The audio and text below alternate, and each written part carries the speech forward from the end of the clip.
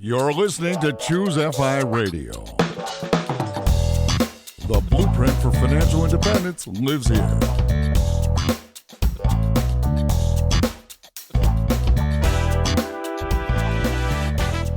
If you're looking to unlock the secrets to financial independence and early retirement, you're in the right place. Stay tuned and join a community of like-minded people who are getting off the hamster wheel and taking control of their lives in the pursuit of financial independence. Choose FI, your home for financial independence online.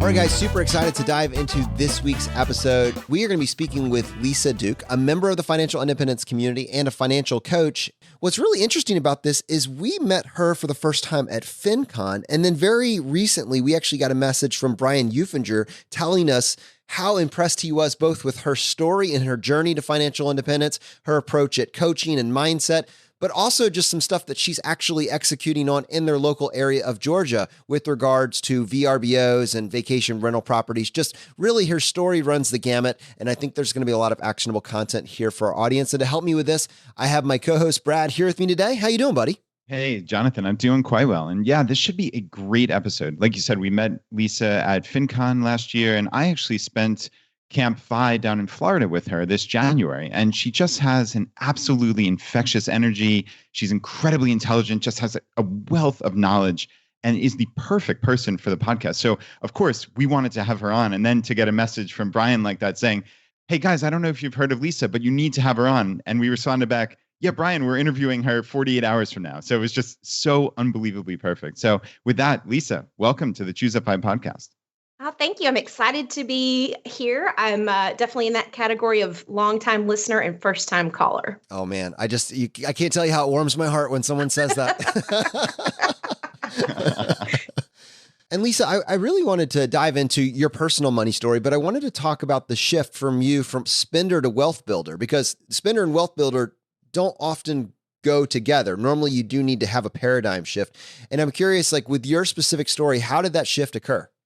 Well, it's really tied up in my story of how I found you all and the financial independence community. My husband and I owned our own business. We were doing really well. We made good money, but it just seemed like no matter how much money we made, how much we spent, it didn't really bring us much lasting pleasure. We were sort of on that hedonic treadmill of you buy something and it feels great, and then the excitement kind of goes away and the bills associated with that thing remain.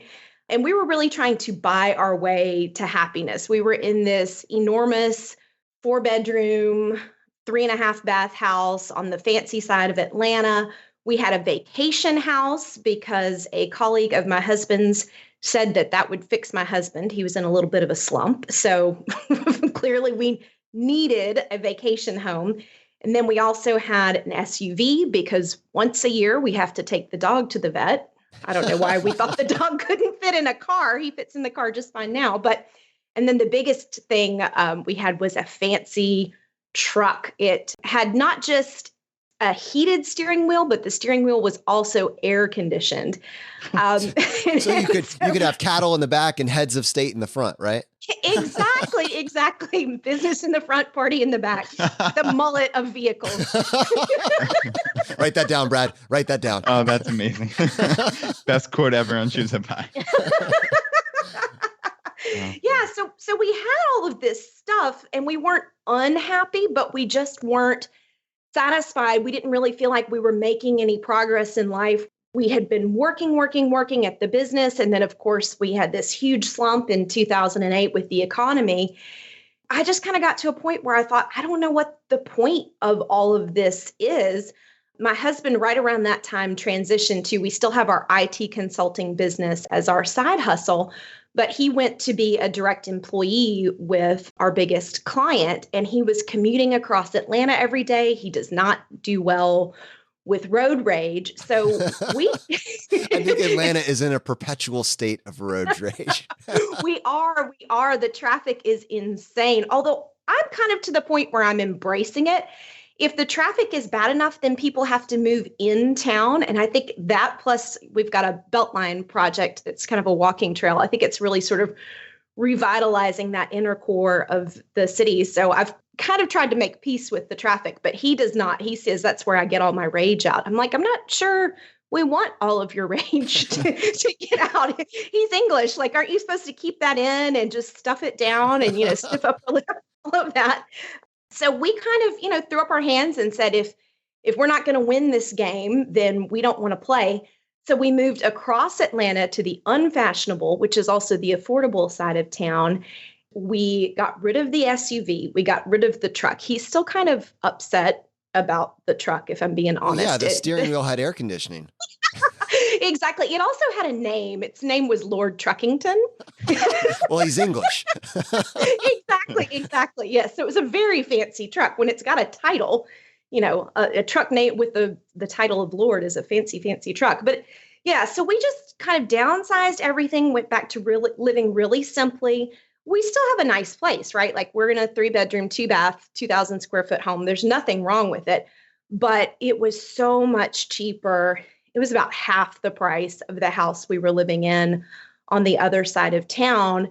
And, if you cut your house in half, all of a sudden, that's actually why the truck had to go, because our truck payment after we moved was more than the cost of the mortgage. And, yeah. So we just kind of Marie Kondoed the truck. I would go to him,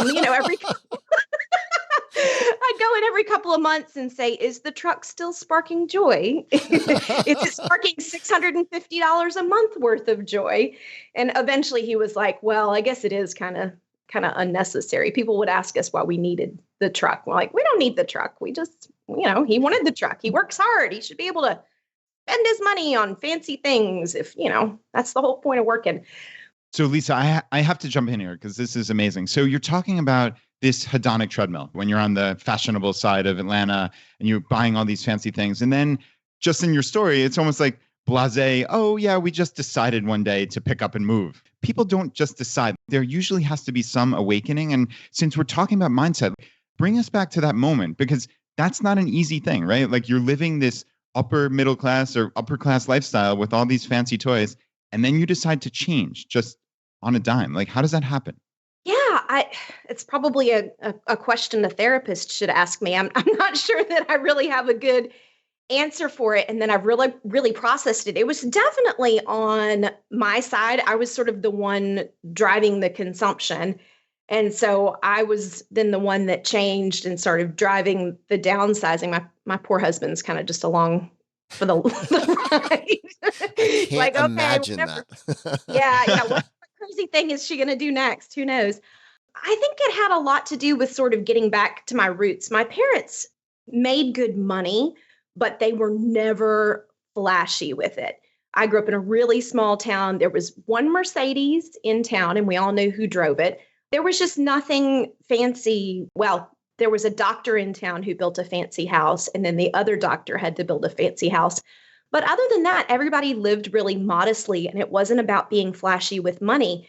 And I can remember coming to Atlanta just after college, and I had traveled abroad too. So, sort of my mental standard of what was required and what was normal was set at a pretty low point. And then you come to Atlanta and you see all of the flashy things and all the giant McMansions, and you think, wow, these people really know how to live. And I think I just chased that for long enough, especially with the recession. I think if the recession had not come along, I might have quite happily stayed on the hamster wheel. But when you get to this point where, I'm working my tail off, I'm, doing supposedly everything right, and it's just not happening, I'm going to go back to my true values, back to what's really important to me. I want to have a nice life. We're not living in a van down by the river by any stretch of the imagination, but just really getting back to what matters and also wanting to have something to show for it, because we'd gone through this whole roller coaster of the economy going up and making lots of money and the economy coming down. And, we were still paying our bills, but there was nothing extra. And it's just sort of like we didn't have a lot to show for it other than what we do have a financial planner that we work with, and sort of what he pushed us into setting aside strictly just to reduce our tax bill was really all we had to show for it. If we hadn't worked with him, we probably have nothing. And so it was just kind of this point of like, I don't see the point of this. This is silly. Like it looked like a fun game to play, but if I'm not going to win, then what's the point? Like, let me just go back to what really matters to me, what's really important, having a nice, quiet life, not trying to chase being flashy, not trying to chase having all the things, and just go back to what I know works. And I will say our life is so much simpler now.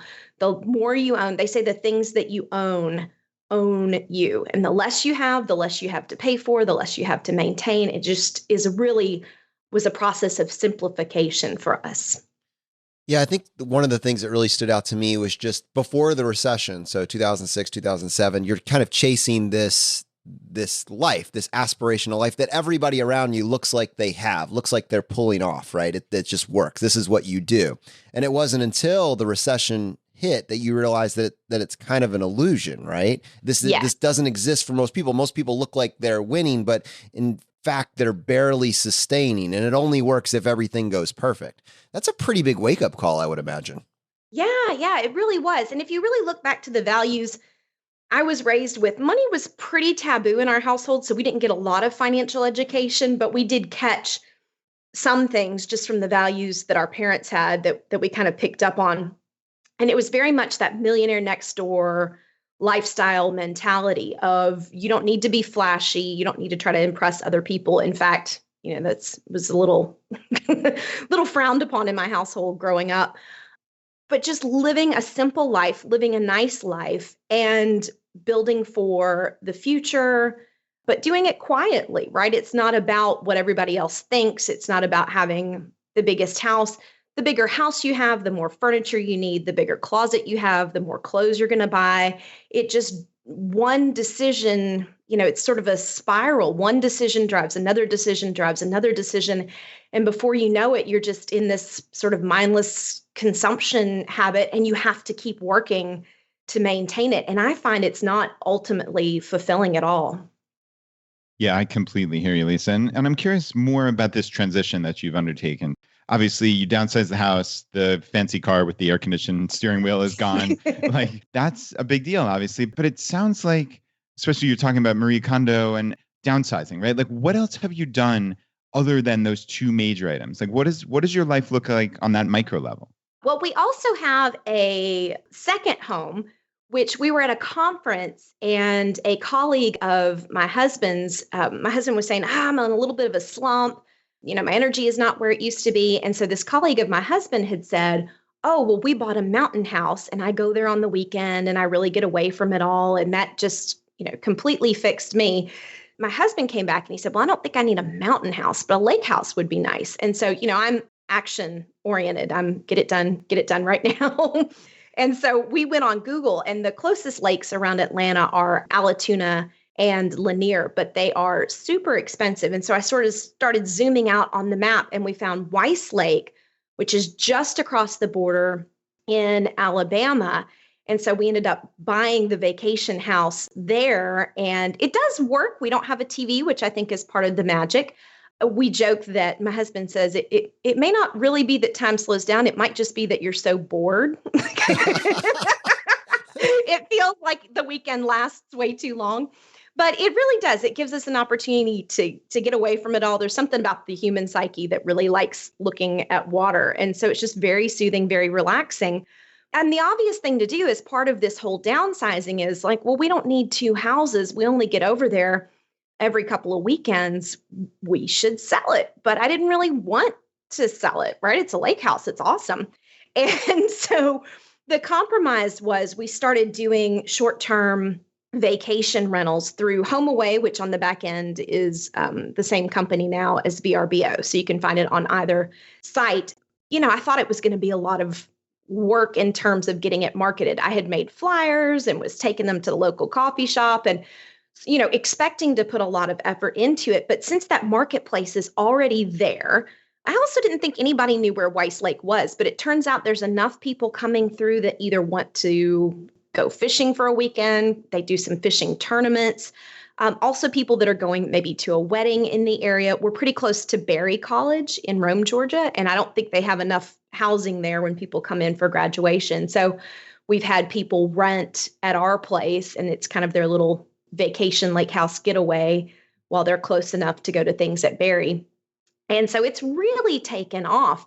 I do get it professionally deep cleaned once a month, but a lot of times I'll just go over for the day and kind of turn it on my own, or we'll go for the weekend.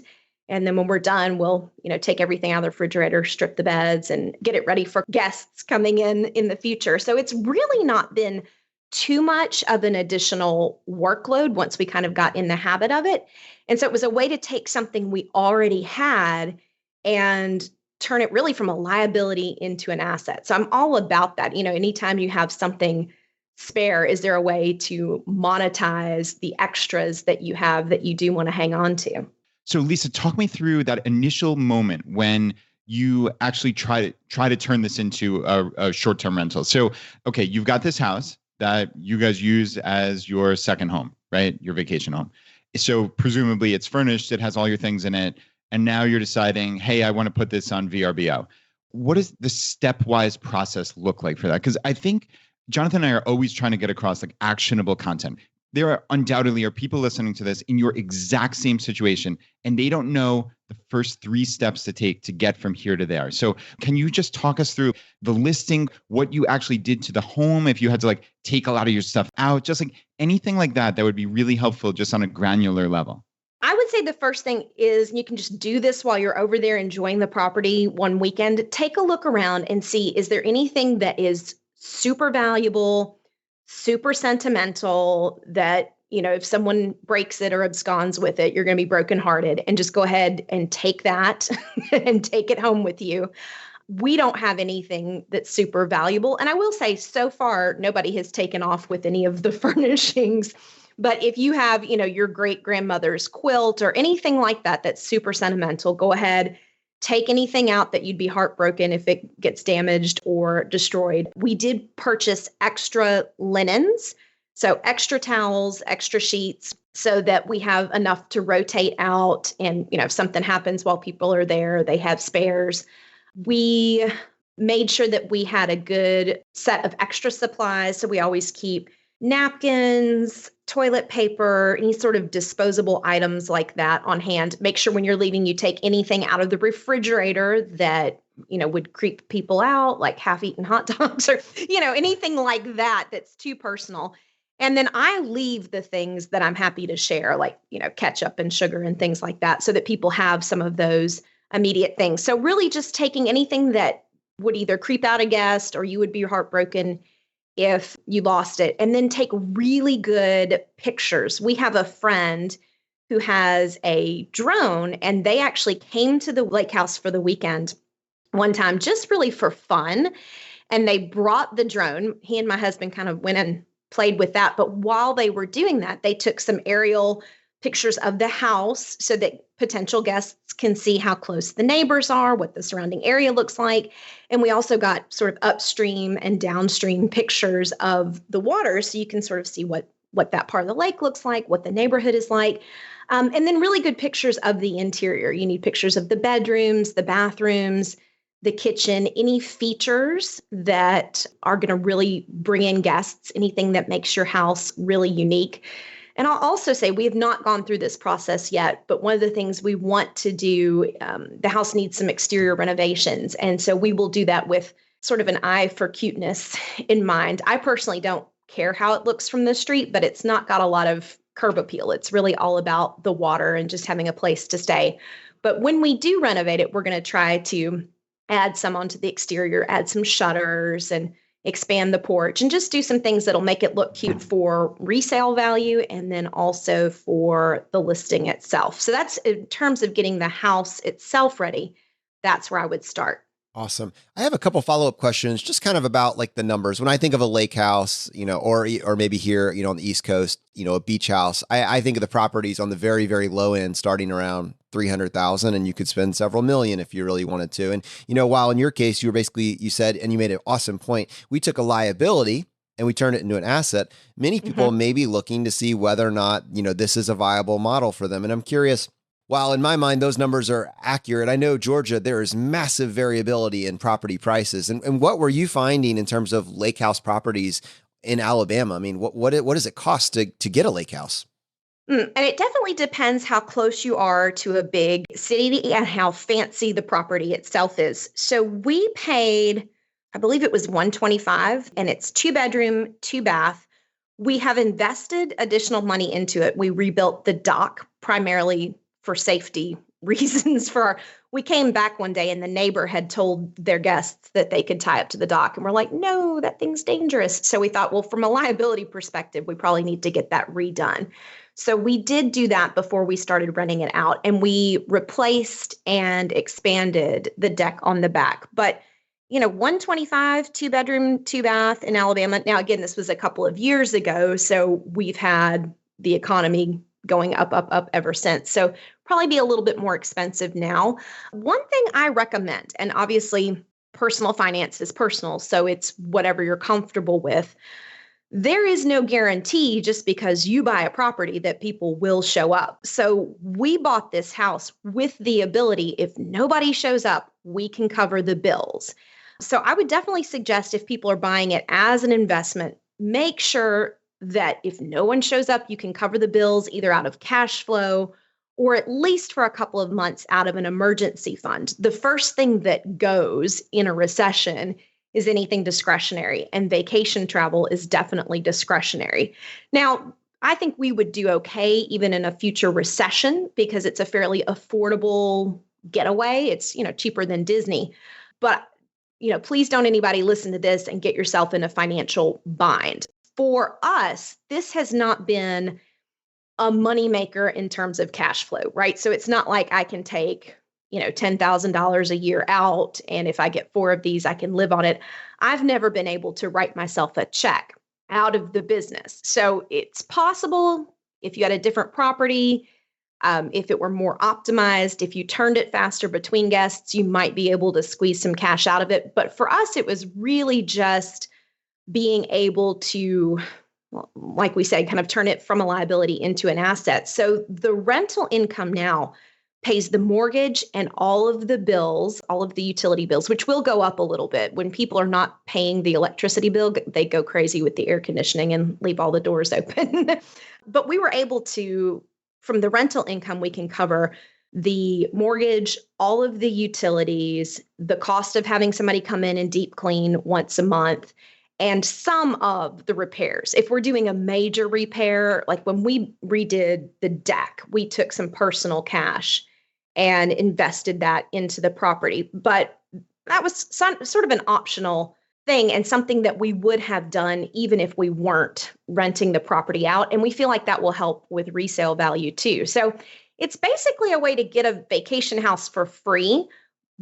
But I would say people need to have the cash on hand, either cash flow or savings, to be prepared in case it doesn't run out, in case there's a downturn in the economy, or in case it needs major repairs. Just like you do with your regular house, you need to be prepared to pay for things around the house, regardless of what else is going on in life. I think you make a great point in terms of having some margin to be able to do this, and also the why of doing this. It sounds like for you, and again, I want to point to the fact that you were able to take something that was just a straight liability, something that was on your budget month after month that was costing you, to figure out a way to make it net neutral at kind of the worst side. If I were to go a little farther with that, I am curious, just because with these short-term rentals, you have to have turnover. By definition, these are not people that are staying for months at a time. So in a 30-day period, how many, and I guess I would imagine it would be dependent on season, but just on average, how many days a month does it stay booked? And what is the average listing price for that location? In terms of average listing price, I've actually just bumped it up. So we'll see whether or not the market will allow that. We usually rent it out for $125 a night during the spring and the fall. when there is less demand. And then, because kids are in school, so people are not taking vacations, but there are people fishing or maybe retirees that want to get away. So $125 a night during the spring and the fall. We've just bumped it up to $150 a night during the summer and $175 a night for holiday weekends. So we will see if it rents out at that price. I believe last year over the summer, I did $135 during the summer and $150 for holidays, and we didn't have any problem renting it out. Typically people stay, this is America. We work all the time. We don't get a lot of vacation. So typically people are taking a 3-day weekend. So they might come in Friday morning, lunchtime, stay Friday afternoon and Friday night, all day Saturday, and then they're out, Sunday midday in order to give themselves time to come home. So it still does sit empty a good bit of time during the week, especially this time of year when people are still in school. But as we start getting into summer, we do see more people that will take it for a whole week. And one of the things you can do with the pricing on HomeAway and most of these other sites is you can give a discount per night if somebody books for an entire week. So I actually do discount down off the daily rate if you stay for an entire week. Because for me, it's about the same amount of work to turn it if somebody has been there for 2 nights as it is to turn it if somebody's been there for a whole week. But obviously, it's a lot more profitable for me if they stay for the week. So it's worth it to me to give a discount to try to incent some of those week-long renters. You also have the option to discount if somebody stays more than 30 days. And I actually don't do that because I don't want people to stay for a month. I want them to come, have their vacation, and then go away so that I can use it myself some over the summer. So I'd say during the summer, it stays probably, maybe 60, 70% rented. It'll be rented pretty much every weekend that we don't reserve it for our own personal use between Memorial Day and Labor Day. And it's just kind of up in the air whether those people, most of them will stay for a 3-day weekend, but sometimes they'll stay for a week. And final question, I think this is burning a hole into the minds of our audience. So not having a TV, is that a feature or a bug? It depends upon who you ask. And I do have it it's the number one top thing in the description, no TV. And then later on down at the bottom where I'm describing the living room, I'm like, no TV. And I still had somebody show up. First off, they showed up a day early. I had gone ahead and sent them the access code and set it up so that they could get in. So that was my mistake. I should have not, given them the access code, or at least not made the access code work until day of. But they showed up a day early. They let themselves in and they said, there's no TV. We're leaving. I was kind of like, okay. If you're that dependent upon the TV, unless there's some sort of sporting event, football season, I get it. That's a deal breaker for some of our potential renters. But I really feel like we spend too much time interacting with each other virtually and not enough time interacting with each other in real life. So there's a couple of reasons for it. One is if we buy the TV, there's no cable. So we're going to we'd have to put in a satellite dish. We have to hang it somewhere. It's another bill that you're creating. And then just the way the house is configured, there's not a really good place physically to put it where people could sit and look at it. And then on top of that, it sucks up all of your time. And when you don't have the TV, now we do have pretty good high-speed internet, especially given where we are. And so if you want to stare at your screen and not interact with the people that you paid to hang out with, you can still do that. There's ways to get around it. My husband's been over there and watched, again, he's English, so he's watched his Premier League football, watched soccer on his iPad, and watched, I always call it the car driving, the Formula One. So he's watched Formula One there. So it's fast enough that you can stream content if you want. But not having the TV, I think people tend to spend more time. The best feature of the house is the screened-in back porch. And just to sit out there, maybe have a iced tea or some other kind of beverage and just look at the water and visit with your friends. We have a good stash of board games. You'll be excited to know, Jonathan. I do approve. Yeah. And people, when there's no TV, as it starts to get dark, people get a little restless. They're like, well, we've eaten dinner. What do we do now without a television? people will pull out the board games and, you get some adults around playing Clue. It starts to get pretty heated. So have you gotten any reviews on your VRBOs saying anything like, I am so glad they don't have TV at this location? Anything like that? Yeah. We have one that says no TV, no problem. And they said, wow, I didn't realize how much time we must spend watching TV because we had so much more downtime this weekend. It was so relaxing and not having the noise. A lot of people, you walk into the house and the TV is always on. It's just that constant, I don't know. And I have mixed feelings about TV. Obviously there's certain shows that we love and we enjoy, but we have a total HGTV ban in our household. Like, turn off HGTV. It's how much money has that saved you? Oh, a fortune. Yeah, you notice it's sponsored by Lowe's and by Home Depot because all the TV show does is make you feel dissatisfied with your house. You're like, my kitchen is terrible. Now, keep in mind, we never cook. So as long as the dishwasher works and the microwave, right? Like we're not cooking like we should be to be 5 people, but your kitchen is fine. Your bathrooms are fine. Turn off the TV. It's creating a desire that Lowe's and Home Depot show up to fill. And it's just keeping you in this cycle of consumerism. I can remember being a kid and we didn't know, like, you might know that grandma's house was kind of weird looking, but but you didn't have this sense of like, oh, this whole thing needs to be gutted, right? Like, they need granite, right, Lisa? Yes, we need granite countertops. We can't live without granite countertops. Like, you'll be fine. You'll suffer through somehow. Think of the pilgrims who came to this country on the Mayflower without granite countertops and somehow were able to survive. Like, you'll be fine. So yeah, stop watching HGTV. It's just there to sell you stuff.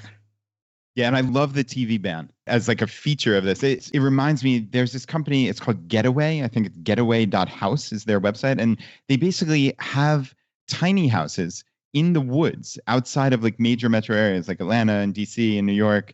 You just rent a tiny house. And one of the features they have is they have a lockbox for your cell phone.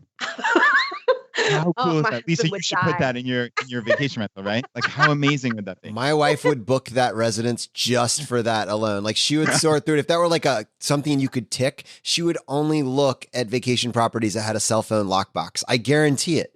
Well, it's here. We have to use it. You have a problem. Yeah. Fighting it. So, Lisa, I know one of the current aspects of what you're doing in your life is financial coaching. And this has become a really essential part of what your life looks like now. And I'd love to hear about the transition and how you decided to get into this. Well, we still have the business as our side hustle. So my husband has a full-time job with really great insurance, which is awesome.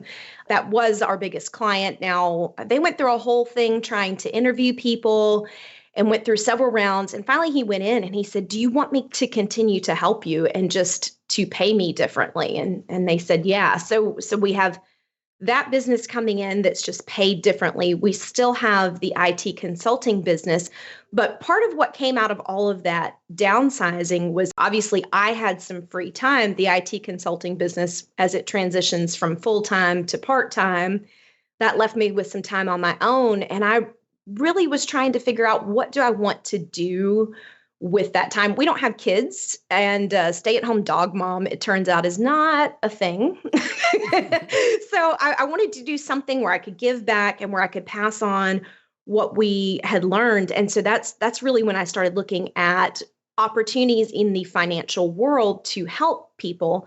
But I wasn't as interested in the investing part. I feel like once you have money, people sort of come out of the woodwork for, some with good intentions, some maybe not so much, but people kind of come out of the woodwork and they want to help you do things with that money. The real challenge most people face is, how do I get to the point where I have money? And that's the part that really fascinates me. So, Lisa, I actually want to explore that a little bit further. A lot of people in our community are hardcore DIYers, and I certainly identify with that to some varying degree, as does Brad. But there are things that we rely on other people for help with. It's not that you never get help with anything. And in fact, there are people in our community that are trying to figure out how to bridge that. Where do I go to find a trusted resource for help with something that I'm just not comfortable doing? And I'm curious, with all the different types of advice and coaching and planners that are out there, how would you recommend that someone sift through that to find the right person if they themselves feel like they need help? Gotcha. Okay. Well, I think the first place to look is sort of what time period are you looking for help with?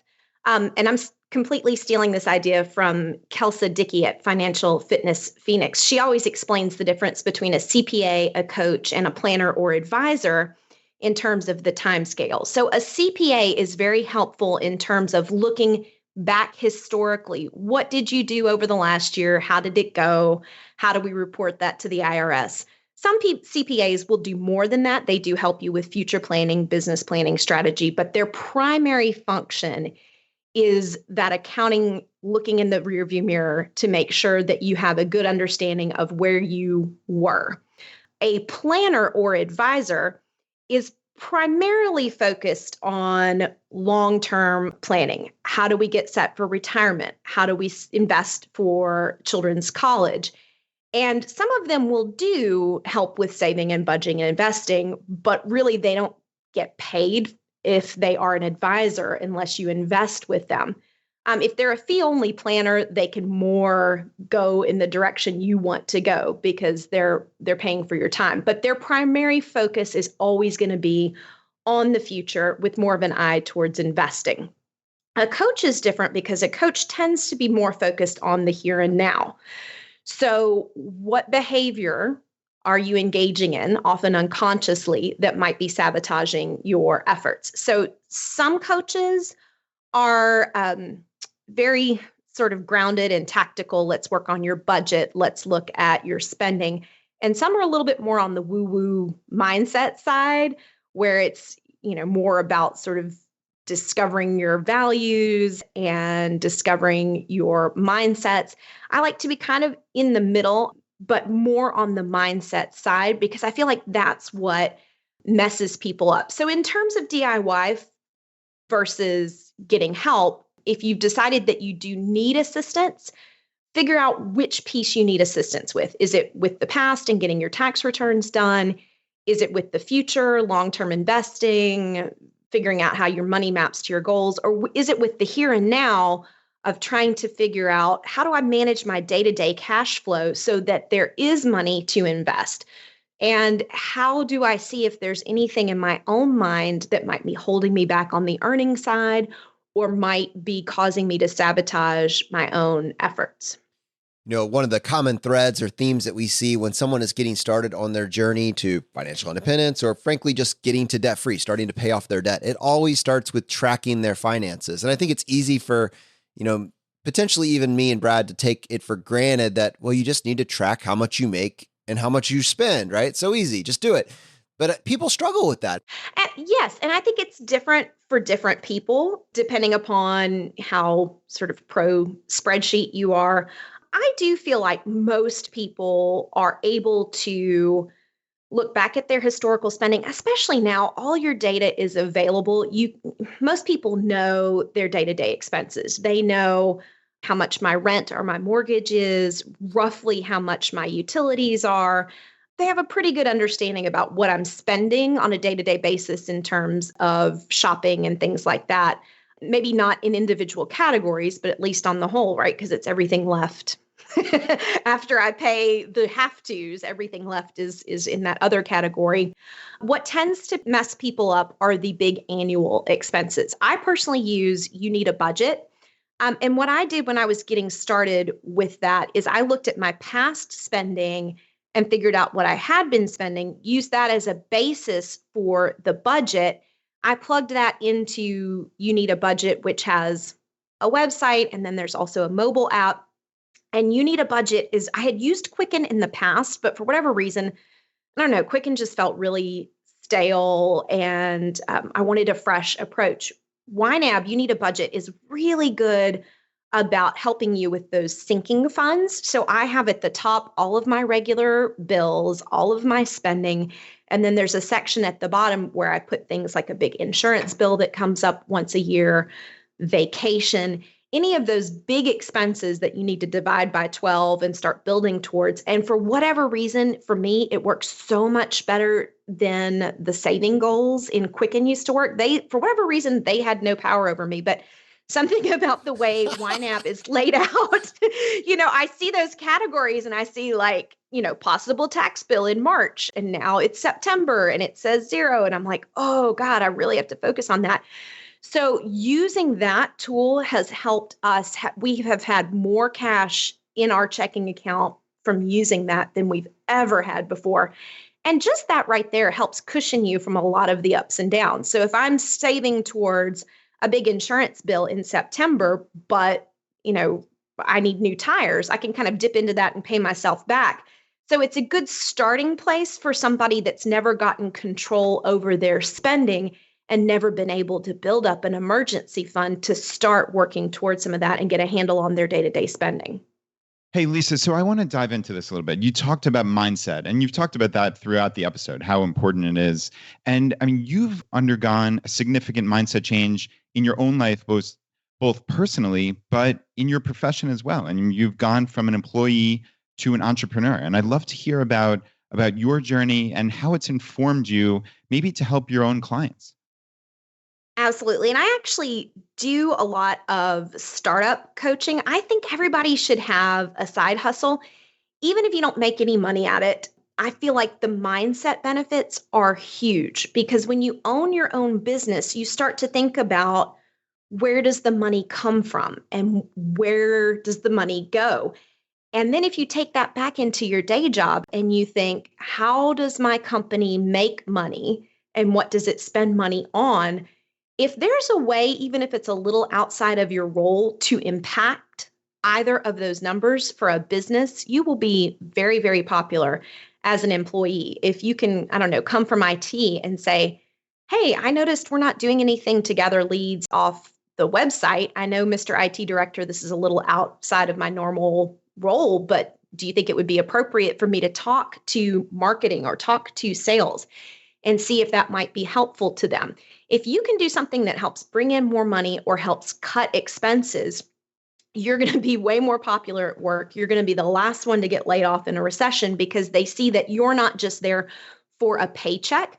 You're really helping drive the business. So I feel like that entrepreneurial mindset, first off, the best way to develop it is by doing a lot of reading, a lot of hanging out with people that have done what you want to do, whether it's in reality or virtually, podcasts and blogs, but really soaking in that mindset and then applying it into the rest of your life is so valuable.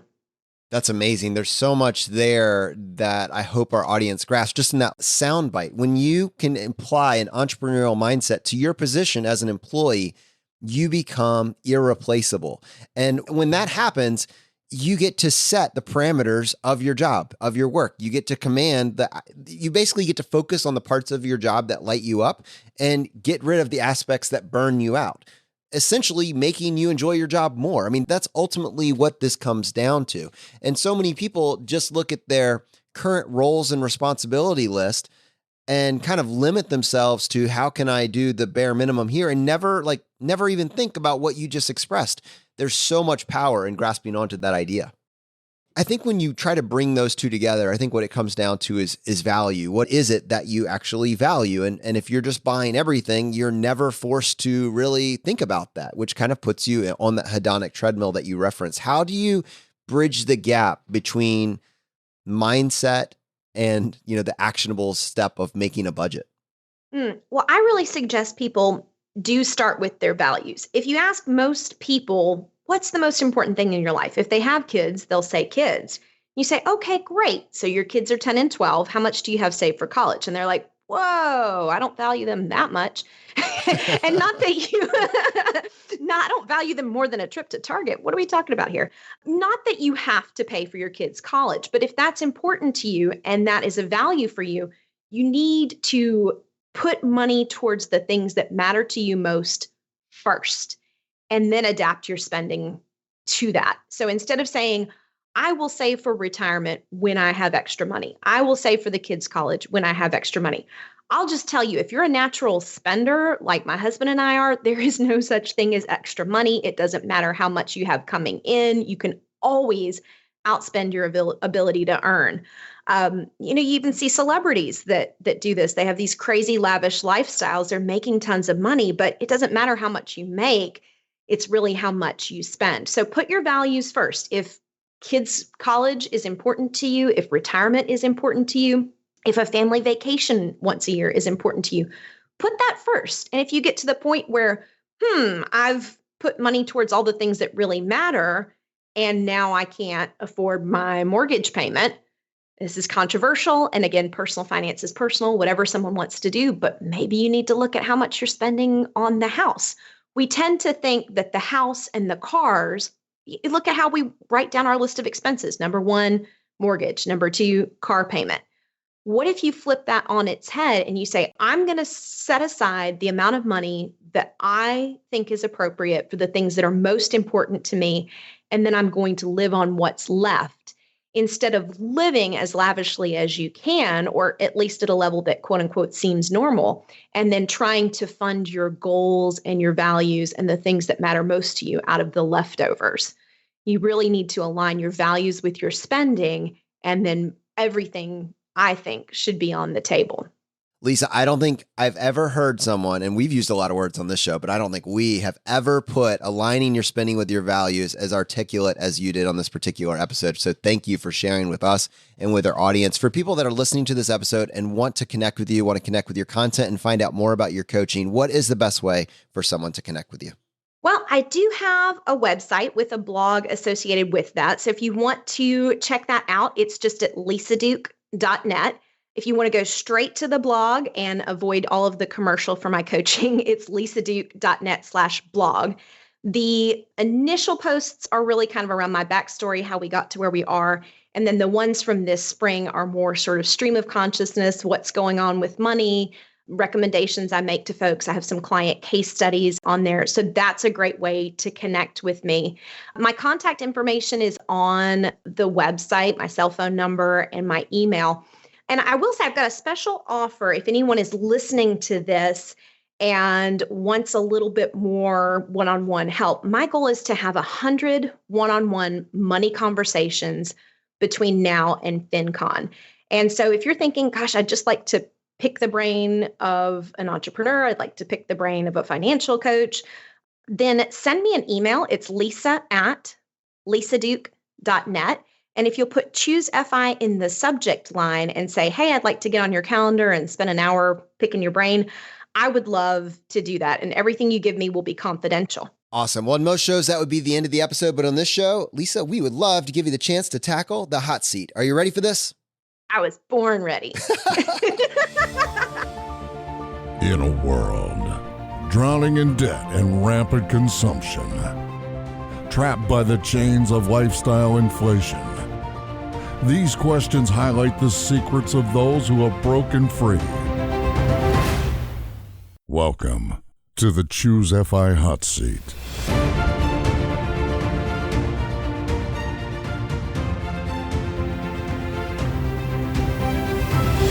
All right, Lisa, question number one, your favorite blog that's not your own.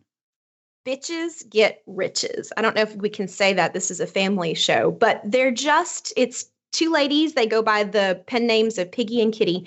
They're so funny and they're such just tough chicks and they give such great advice. There's a lot around finances, but it tends to go into other things as well, career advice for folks that are in the working world. And they just crack me up. So I think that's a great place to check out if you like funny money conversations. Yeah, that's funny. We actually met them this year at FinCon and hung out with them a good bit and really, like you said, just super cool, really smart, funny. That is a great website. So yeah, good recommendation for sure. All right. Question number two, your favorite article of all time. I want to give a shout out to Josh Overmeyer. I met him at Camp FI down in Florida, and he's got one. This is going to be a little controversial because I know we have a lot of craft beer fans in the listening audience, but he has a post called Drank the Emergency Fund. And I just think about how much money we spent in our 20s on going out and bar hopping, on bottles of liquor. And, again, everything is choices. So if you're making a conscious choice to get a 6-pack of craft beer to share with your friends, I have no problem with that. But as with everything, it's about being intentional and making some deliberate choices. And I haven't seen anybody else in the financial independence community poke that hornet's nest of think about how much money goes into alcohol. So I just think it's a neat take on money that I haven't seen anywhere else. Yeah, I hear you, Lisa. And what's actually really funny is I had a meetup in Naples, Florida, just a couple of weeks ago with Josh and a couple other members of the local. Did you enjoy some craft beer? We actually did, which is so ironic. No, Josh is fantastic. I've hung out with him in the state of Florida 3 times in the last 6 months, which is just absolutely hilarious. And I didn't realize it until he mentioned it. But yeah, super great guy. And yeah, he blogs at joshovermeyer.com, right? Yeah. Mm-hmm. All right, question number 3, your favorite life hack. Oh, downsizing. And I know I've talked about that a lot. Yeah, you Marie Kondoed your truck. Yes, Marie Kondoed the truck that had the air-conditioned steering wheel. Lord Truckles? No, that wasn't it. Lord Truckington the first. Like Game of Thrones, right? Lord Truckington first of his name. But downsizing, when we downsized the house and the mortgage payment got smaller, that's what made the truck payment look funny in comparison. The truck payment seemed totally appropriate when we were in the more expensive house. So downsize the house, it saves you money on not just the mortgage, but your insurance, your utilities, the amount of money you put into furniture, the amount of money you put into everything. And then it also makes everything else look a little more lavish in comparison once you've downsized your house. All right, Lisa, question number 4, your biggest financial mistake. Ooh, financial mistake, just from a purely financial perspective, it would be joining a network marketing company, which I do not recommend. Of course, everybody's opinion is different, especially when they're in the midst of trying to work within a network marketing company. They tend to be real in favor of it for that time period. But I had a really good corporate job and I was not happy and I wanted to do something more entrepreneurial. And in theory, going from corporate to network marketing to your own business is a good transition, but it tends to be very expensive. I was in the top 2% of the company. I earned the use of 2 company cars. I was at a very high level and I still was making peanuts, and everything I made went back either into product, into conferences, into training. So it was great from a mindset perspective, but I think if I had stayed in my corporate job and maybe gone to like a Tony Robbins conference and, hired an entrepreneur to coach me, I probably would have come out ahead financially. No controversial statements in here at all. I know you're going to get hate mail from people. They're like, I am doing so great in my network marketing company. It's like, can I see your tax return? Stunned silence from Brad and Jonathan. No, that's awesome. All right, Lisa, question number 5, the advice you would give your younger self. Ooh, start meditating. And I'm not even like level 1 meditator. I have yet to establish a super consistent practice and really, get all of the benefits. But just from tinkering with it, I find that it really helps me be more calm, less emotionally reactive, less scattered.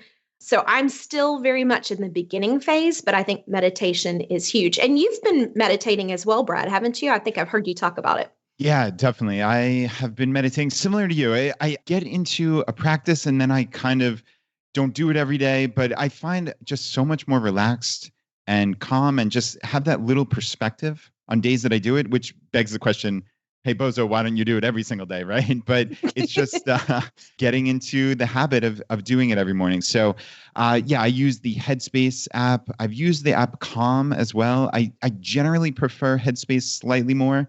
But yeah, they're both wonderful. And I'm not even at level 1. Like, I don't know that's necessarily how I look at it. It's almost like being a little too hard on yourself. It's just about creating that space, taking deep breaths, and just relaxing and getting away from the constant notifications on your phone and your computer. And your They really TV. fog your I know a property in Yeah. Georgia that you could go for like 3 days, no TV allowed, and a new cell phone box is being added.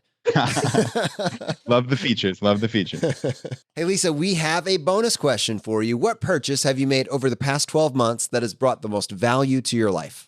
I'm a big fan of the Ring doorbell and the various Ring camera products. We have a Ring doorbell on the front door here. And so I work from home. A lot of times I'm here by myself. I am on the affordable side of town. So there was a little bit of we now know unfounded security concern when we first moved in.